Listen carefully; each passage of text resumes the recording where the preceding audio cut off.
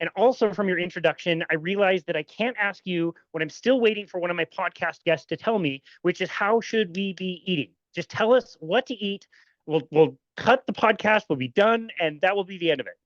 Right. I wish it was that easy, but I do think that everyone should be eating animal-based foods, protein and fat as the staple or foundation of their diet.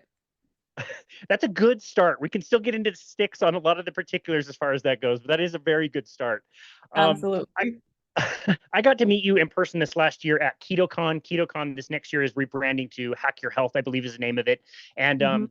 as I was preparing to go to my very first KetoCon last year, 2023, I was looking at the events and the speakers and was so excited to, meet you and meet Kevin Stock and Sally Norton and so many former podcast guests on the show. And it was such a wonderful time. And one of the events that really caught my eye that I wanted to make sure that I was at was a panel discussion all about women and carnivore diets. And first of all, I just thought to myself, like, it's so amazing that in 2023, we are having a panel discussion that's women with carnivore diets. Like that's amazing to think back like 5 or 10 years ago. You wouldn't have that. That would be ridiculous. So I decided I want to go to this. I'm going to attend. Let me get there like 15, 20 minutes early. The room, you're laughing. The room was bursting at the seams. There was no place to hardly sit. I was sat in the front corner on the ground. I saw Sally Norton there. She was sitting on the ground as well. And it was a wonderful discussion. And regardless of everybody's opinions and what they thought of things, I marveled at the fact that we could pack an entire room full of men and women who are Yeah. curious about the carnivore diet. What an amazing thing. Yeah, it was awesome. I remember as we were sort of getting ready to go on the little stage and in the breakout room, people just kept coming and coming. And there was men and there was women, even though this was supposed to be like a quote unquote women's panel. So that just shows how hungry for information, no pun intended, but hungry for the information that people are wanting to, heal and rebalance their bodies from the inside out. What is the right way to do that?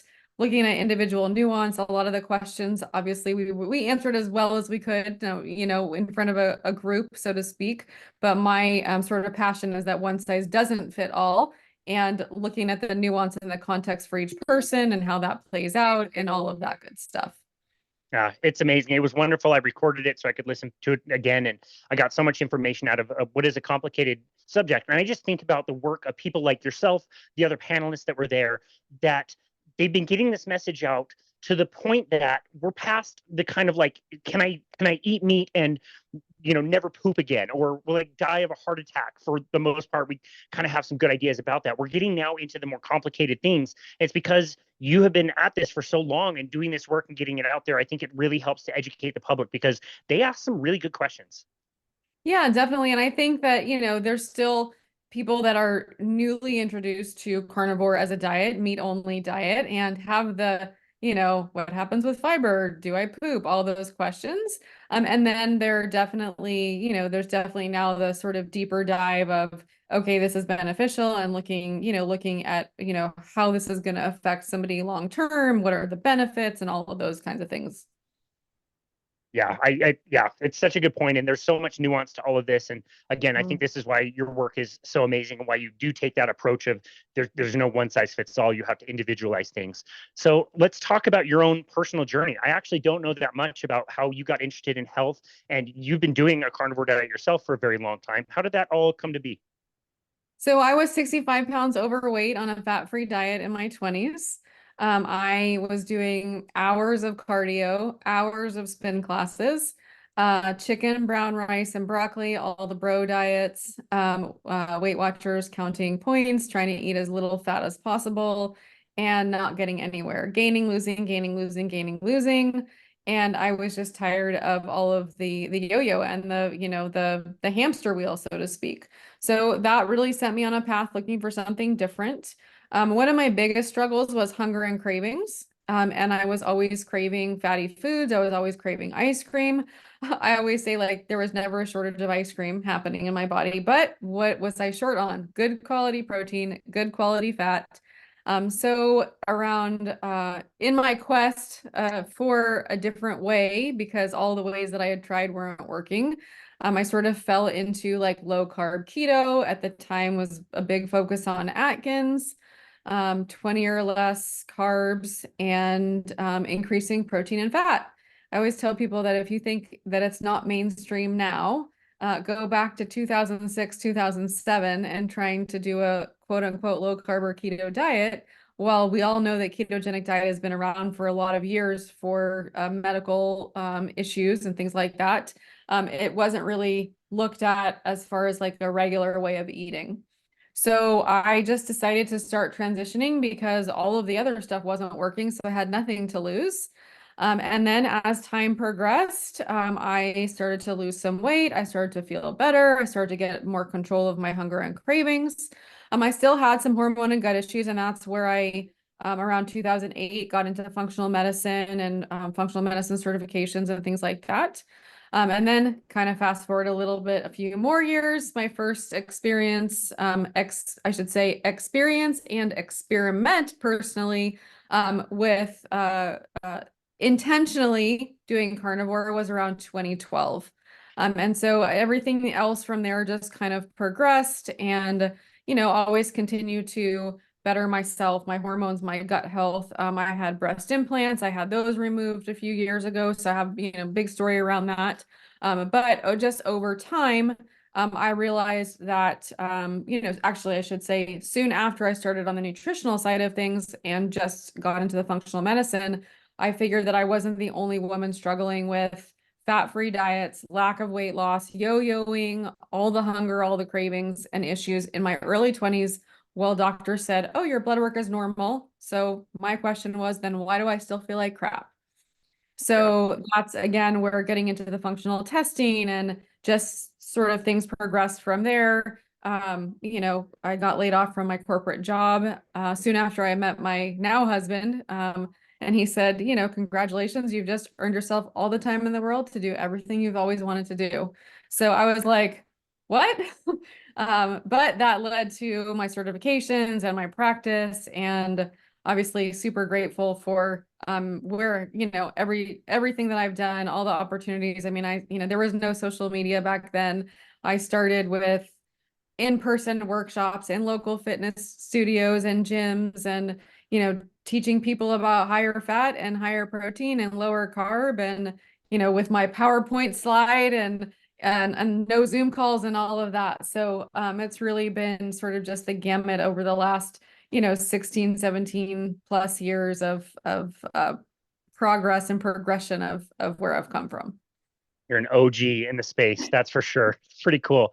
Okay, so you mentioned that you started the Atkins diet because everything else wasn't working. How much persuasion did you need? Like, what was your trepidation? Like, surely you must have had some reservations or thought that, like, can I really eat this much fat? If I was gaining fat, not eating fat or eating low fat, how is this going to work if I start eating more fat and all the calories? Like, did you hesitate at all before like jumping into that? So trying to like really sort of think back, like I said, I had a lot of cravings, and I remember sort of this distinct moment of like craving steak and craving cheese and feeling like, well, what if I just ate those foods? Like, what would happen if I just ate those foods? So I think I didn't really, I mean, that was a lot of years ago. So maybe there was more trepidation.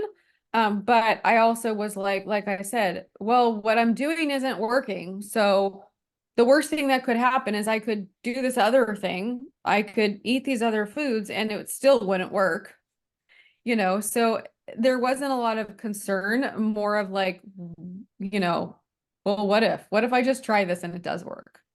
Yeah, I see. And the red meat thing, I find this more common, especially with women. It seems like regardless of what diet you're on, if you're trying to get more animal protein, whether you're doing low carb or carnivore, or whatever, it seems like women, when they first transition on, red meat is kind of tough and difficult to get them to want. And they'll start with like chicken and fish, but before long, it'd be like, okay, I'll have a nibble of steak. Okay, maybe I'll have a little bit more steak. To all of a sudden, most of the women that I know turn red meat savage over time, and I think it's their body really recognizing where those nutrients that their body needs is truly coming from. Is that something you've noticed as well? Yeah, so I would say there's sort of a few things with that. First, yes, I think that just the brainwashing of the dieting culture and red meat is bad is where people come from. So they might not realize that their story is red meat is bad, so I'm going to eat chicken and fish and lighter white meats kind of thing.